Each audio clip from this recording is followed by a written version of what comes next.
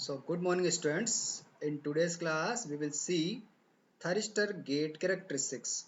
As we know that gate triggering is the one of the turning on method of a thyristor. So in this video lecture we will see that how we can trigger gate to make thyristor to be in turn on or in on state. So see, this is the SCR symbol having three terminals, anode, cathode and gate. So if we want to turn on the SCR, we have to provide the gate triggering pulse to this gate signal.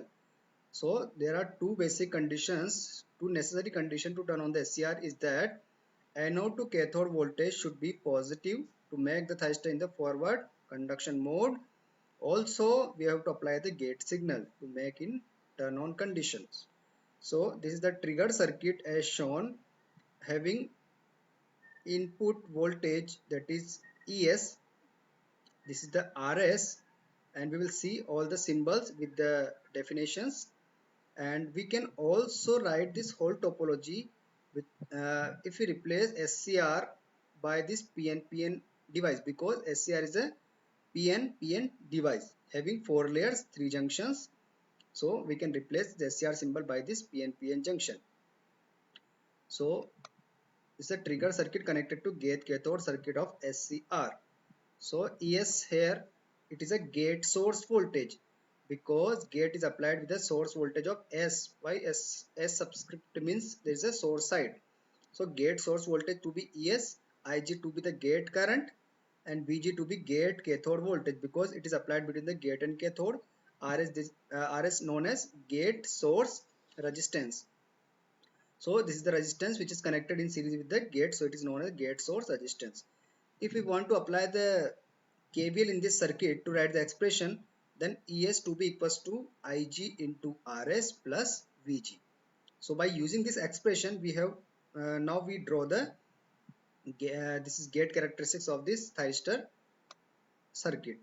So before going to the gate characteristic, we have see that as gate cathode circuit of a thyristor is a PN junction, because gate cathode circuit is see in the diagram.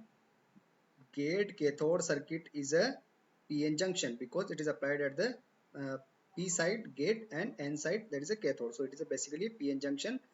PN junction device is there, and having basically PN junction device means that is a diode formation is there, and junction J3 will be here.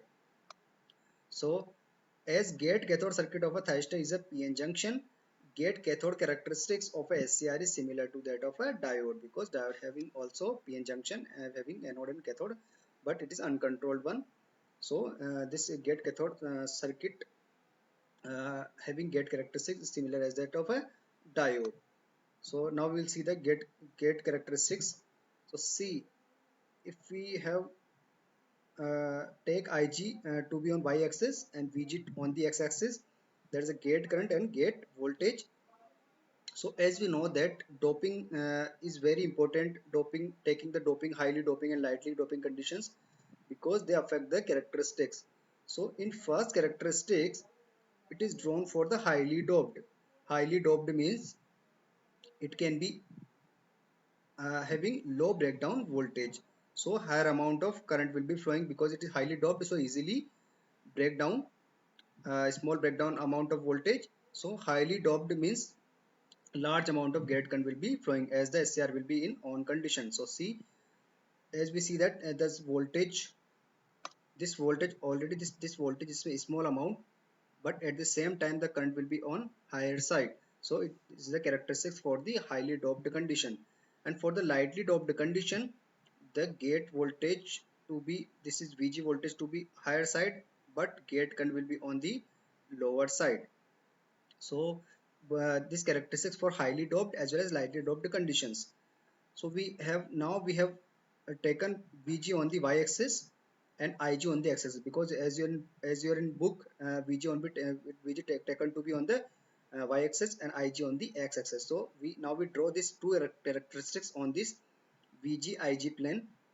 So first characteristics here, the higher amount of gate current and lower amount of gate voltage, and second one is the this is the lightly doped condition having higher amount of gate voltage and lower amount of gate current. And PG is the gate power dissipation, because if we apply the DC voltage on the gate side, so and Ig amount of current will be flowing because of voltage difference. So if PG to be PG to be a constant one, then by this relation VG inversely proportional to Ig.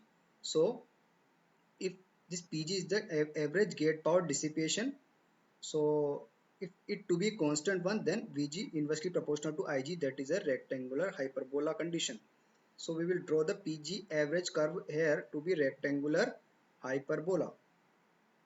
Now we have to find the operating point for the characteristics to change. So this is the load line characteristics we have find by this equation, which is Es equals to Ig Rs plus Vg. If we take Vg on the y-axis, then y is equals to mx plus c condition. So this has the negative slope. If we take this quantity IgRs on the left side, then it will be minus IgRs. So y is equals to minus mx plus c. So having slope of Rs, and it will be have negative slope. So this load line characteristic to be drawn like this, having negative slope, and the load line characteristic slope is equals to Rs, and this is the equation used for the drawing this load line characteristic Vg equals to minus Ig Rs plus Es.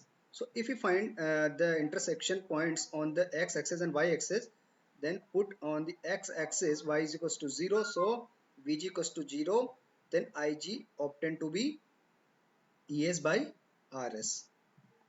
By using this expression, if you put Vg equals to 0, then Ig equals to Es by Rs. So this is the operating point for the x-axis, and for y-axis put Ig equals to 0, then Es is the operating point on the y-axis.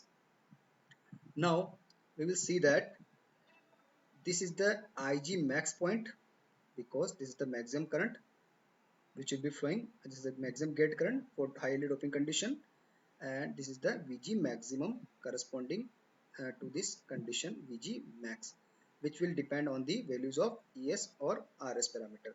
By in this characteristic, Ig maximum to be on the this side of this operating point if we have take the lower value of Rs.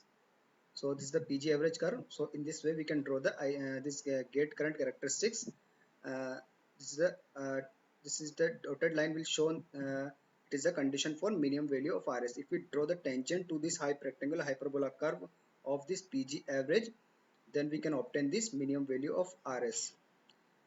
Because the load line having three operating point S1, S2, and S3. So we have kept in mind that if we have always prefer this operating point to be close to this PG average curve. So see about some of the point regarding to this VG-IG characteristics.